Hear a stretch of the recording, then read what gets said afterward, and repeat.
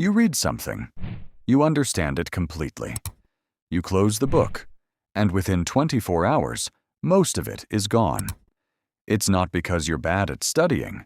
It's not because you're lazy or not smart enough. It's because nobody ever taught you how your brain actually holds on to information. There's a technique, used quietly in Japan for decades, that changes all of that. And once you understand the simple idea behind it, you're going to wonder why schools never taught this. This video is going to show you exactly what it is, how to use it today, and why it works on a level that most study advice completely misses. Think about the last time you sat down to study something important. Maybe it was for a test, a certification, a new skill, or just something you genuinely wanted to learn. You went through the material. You highlighted things. You maybe reread the same paragraph 3 times, and when you finished, you felt like you understood it.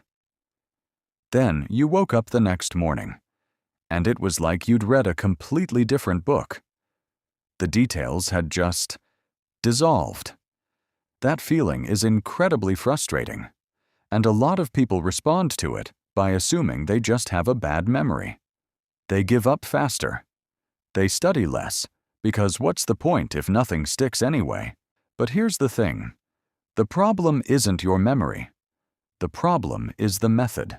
Your brain doesn't store information like a hard drive. It doesn't just copy things in and keep them there forever. Instead, your brain stores things based on how much it had to work to retrieve them. This is the core idea. And it's backed by decades of memory research. When information comes to you easily, like rereading something you already read, your brain basically says, "I've seen this before, not worth storing deeply." It doesn't build the memory stronger, it just skims the surface. But when you have to struggle slightly to recall something, when you have to pull it back out of your mind before you've seen it again, that's when your brain says, "This must be important. Let me encode it more deeply." The Japanese approach to this is called Kaizen-style retrieval practice. And no, you don't need to speak Japanese for this to work on you. The principle is borrowed from a broader philosophy of small, consistent improvement. But applied to memory, it's something very specific. It's not about reading more. It's about reading, then pausing to recall, in a structured way that your brain can't ignore. So here's exactly how it works. This is called the read-recall-review loop, and it has 3 moves, simple but precise. 1 read, but only a small chunk. You don't read a full chapter. You read a section, maybe 3 to 5 paragraphs, maybe 1 page, whatever feels like a complete thought. The point is, you stop before you feel done. This feels weird at first, especially if you're used to powering through. But this constraint is the whole trick. 2. Close the book and recall out loud. Here's where most people skip the most important step. You close the book, or flip it over, or put your phone face down, and then you say out loud. Actually, out loud, or at least in writing, everything you just read. Not a perfect summary, not word for word. Just, what did I just read? What was the main idea? What was the detail that surprised me? What question does this raise? It's going to feel incomplete and messy at first. That's perfect. The messiness is the work. Your brain is being forced to reach for the information instead of just passively recognizing it on the page. This is the moment your memory actually forms, not while you're reading. After. 3. Review, but only what you missed. After you've recalled everything you can, then you open the book again. But you're not rereading the whole thing. You're just checking. What did I get right? What did I miss or get fuzzy on? That's your only review target. Just the gaps.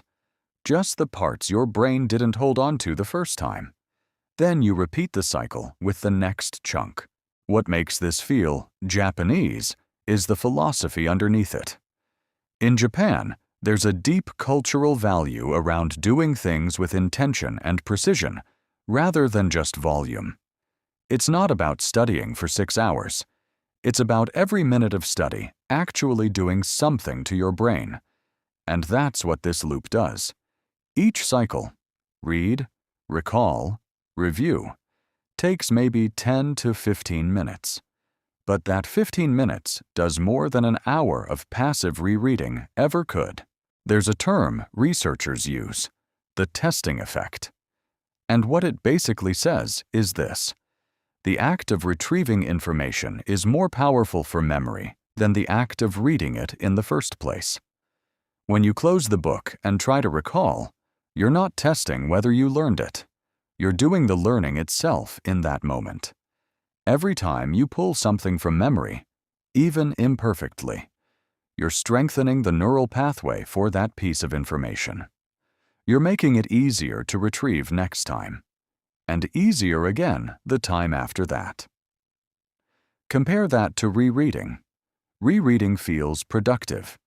Your eyes move across familiar words, and your brain hums with recognition. But recognition is not recall. Familiarity is not memory. You can recognize something on the page and still be completely unable to produce it from your own mind later. That's why students who reread their notes before a test often still blank out. They trained recognition. They didn't train retrieval. The read, recall, review loop trains retrieval. Every single cycle. Now, you might be thinking, this sounds good in theory, but I barely have time to read in the first place. I'm not going to add some structured system on top of it. Here's the thing, though. This doesn't require more time. It requires different time. Instead of reading for 60 minutes straight and walking away with 20% of it, you do 4 or 5 12-minute loops, and you walk away with 70% of it. Possibly more. You can use this for anything. Textbooks, online courses, podcast notes, business books, foreign language vocabulary. That nonfiction book that's been sitting on your nightstand for 3 months because every time you read it, nothing sticks. Even if you only do 1 loop before bed, 15 minutes, 1 chunk, 1 recall, 1 quick review, you're going to wake up the next morning and actually remember what you read. That feeling is addictive in the best way. So let's recap what we covered today. Your brain doesn't build strong memories from passive reading. It builds them when it's forced to retrieve information, to pull it back without the page in front of you. The read, recall, review loop uses that exact mechanic. You read a small chunk. You close the book and say out loud what you remember. Then you go back and check only the gaps. That's it. 3 steps, 15 minutes at a time. And done consistently, it will fundamentally change how much you retain from everything you study. Here's your challenge for today. Tonight, pick one thing you've been trying to learn, 1 chapter, 1 lesson, 1 article, and run 1 loop. Just 1. Read a small piece, close it, recall out loud, then check. That's your starting point, not a whole new study schedule, not a complete overhaul of your habits. Just 1 loop, tonight. If this helped you, drop a comment below. Even just the word loop. So I know this landed. And if you want to go deeper into how your brain learns, the next video on this channel will be exactly what you need. See you there. Let's keep improving.